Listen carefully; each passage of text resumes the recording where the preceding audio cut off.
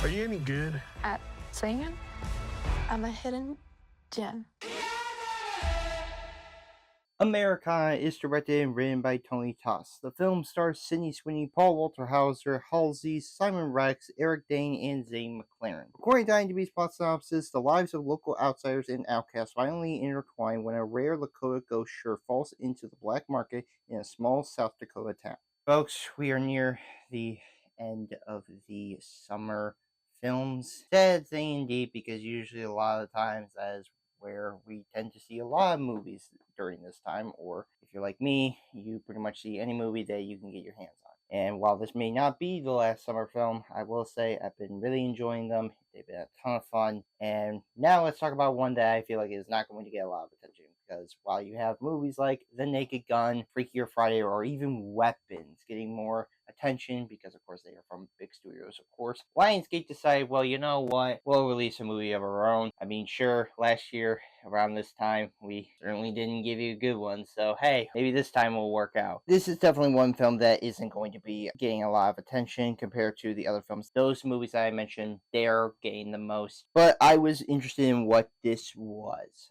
When I saw the trailer for this movie, I was kind of interested in what this movie was. It was kind of a throwback to a lot of those movies where you had a MacGuffin, a lot of people are involved, people want it, it's worth a lot of money, so of course, naturally, everyone's after it. Hopefully, Sweeney can make it up for me after Man Web, because that movie to this day is still the worst movie I saw last year. It was terrible in every conceivable way. Sweeney, as much as she tried, man, she was struggling.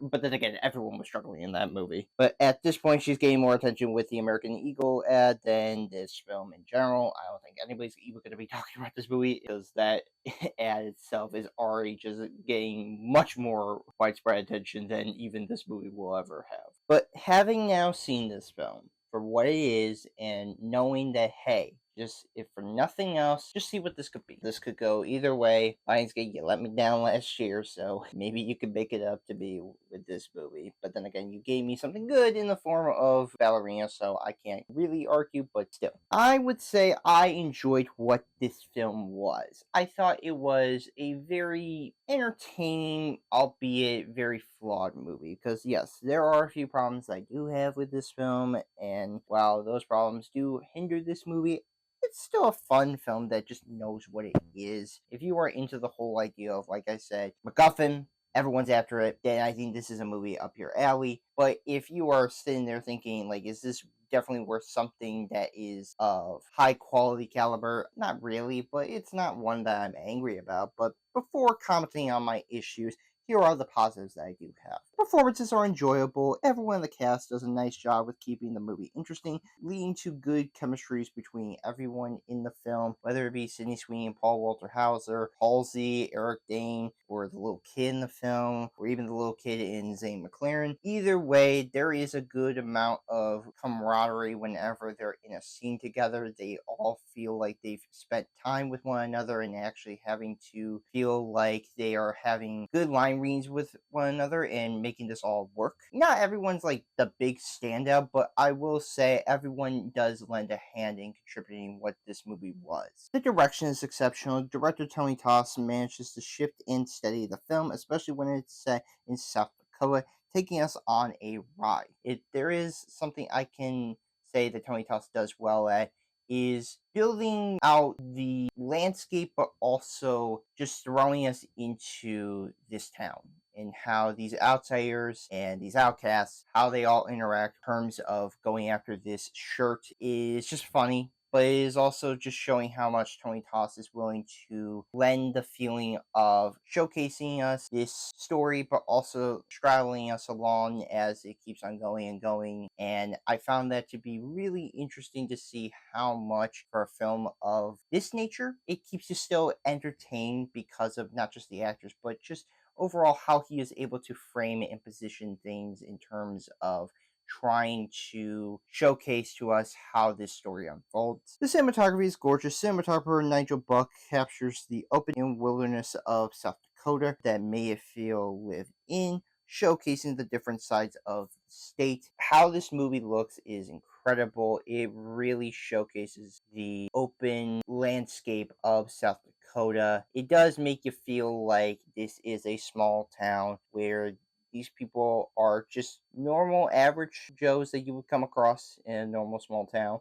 But then it never goes any bigger than that. And I respect that it is able to stay focused on these characters rather than just pulling in much more in terms of having to get other people involved. And for that, I am happy that knowing that a movie like this can still showcase how much a film of this nature can still look beautiful. The music is atmospheric. Composer David Fleming creates a decent and simple score that works. Also, the licensed Western music fits the tone of it all. I think that scoring in this movie can really help itself and lend how much it really amps up the suspenseful moments or just lending to the simple nature of the West. And of course, the licensed music here, it adds to that. It blends itself pretty well and makes it feel like it is part of the movie rather than just, throw in there for the random sake of it. But still, the scoring and the licensed music all fit well enough to where it does help the film out. The production is efficient. For this film, it feels simple and small scale. From the crew work and sets, it's all come together. Glad that this is a movie that never goes any bigger than what it is. It doesn't try to be as grand and epic for a story of this caliber. It is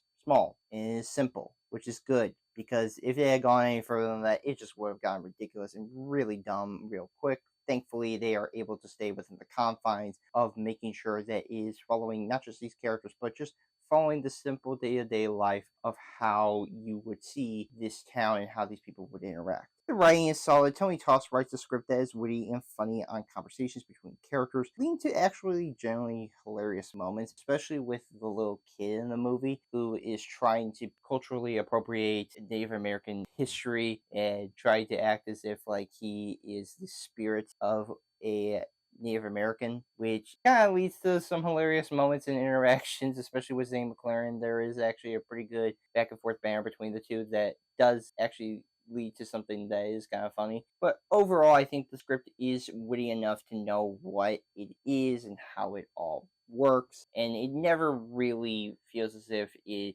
jumps the shark or ever feels as if it goes off script on what the narrative is. However, there are a few problems that did stall this film out that does, in my eyes, hurt it from becoming even better. So here are now the negatives. The pacing runtime is drawn out. Every scene does go on longer than it should. With a runtime of 1 hour and 47 minutes, it goes on farther than it should, which I don't understand why this is almost near 2 hours. This really is a simple story to where it feels like it is being padded out being that length, even though this is not a big movie. It is not something where everyone is all going to go out and see it. But then again, watching this, I just don't think that the length for this necessarily works, and it just gets to a point of you just want the movie to wrap up and be over with it, and it just kind of takes a while just to be done with all of it. The story is bloated, though moments and characters help it. I think it can be heavy handed with having multiple character stories, some being developed and some that just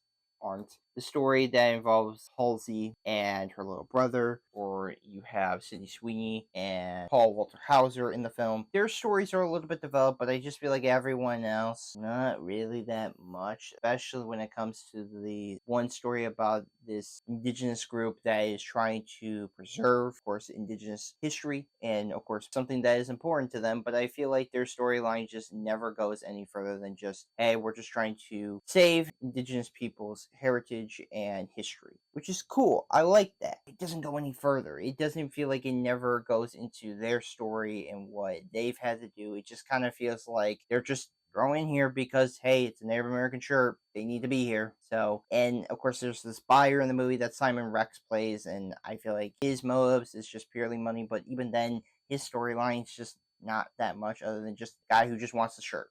That's it. And I understand he says he appreciates the culture and all, but even then I would be like, man, I feel like there's nothing much to you other than just showboating and just acting like you care about this because you really don't. The social commentary is lackluster. While the commentary on people only in it for themselves and how an item can drive people to killing one another can be interesting, we've seen that done before. There could have been a much stronger commentary that it could have used, and there was something that they could use that could lead to being something more powerful and having this commentary on Native American history being torn apart by other people, outsiders, but it just kind of leads to it being underdeveloped and never going anywhere. It just overall feels like it was an afterthought. The editing is slow, cuts feel sluggish and dragged out during scenes, having it feel bogged down by it. There are times where the editing in this movie feels as if it is going at a extremely slow rate, that it starts to kind of feel like everything is being prolonged for scenes to be dragged out for what they are, and it just doesn't feel like, for what this script is, I feel like there needs to be a little bit of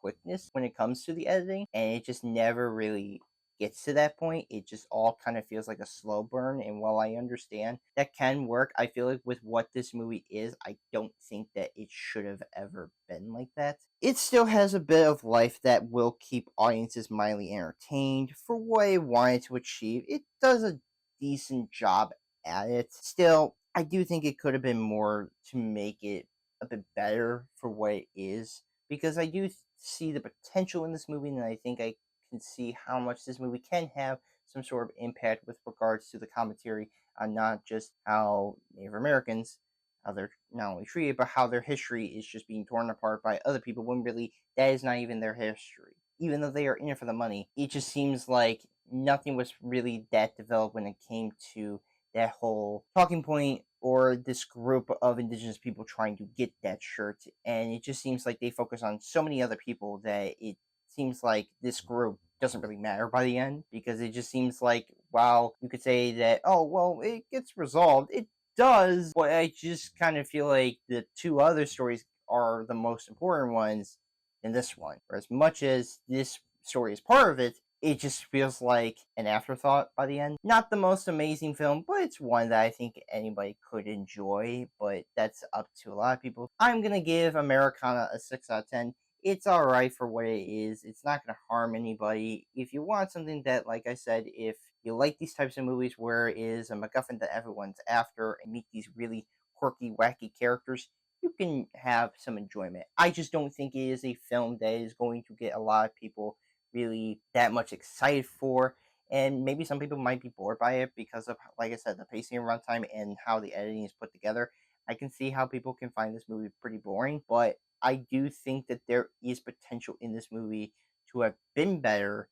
It just is hampered by these problems. So I will be soon reviewing Highest to Lowest. So yes, look forward to that review and other reviews coming soon.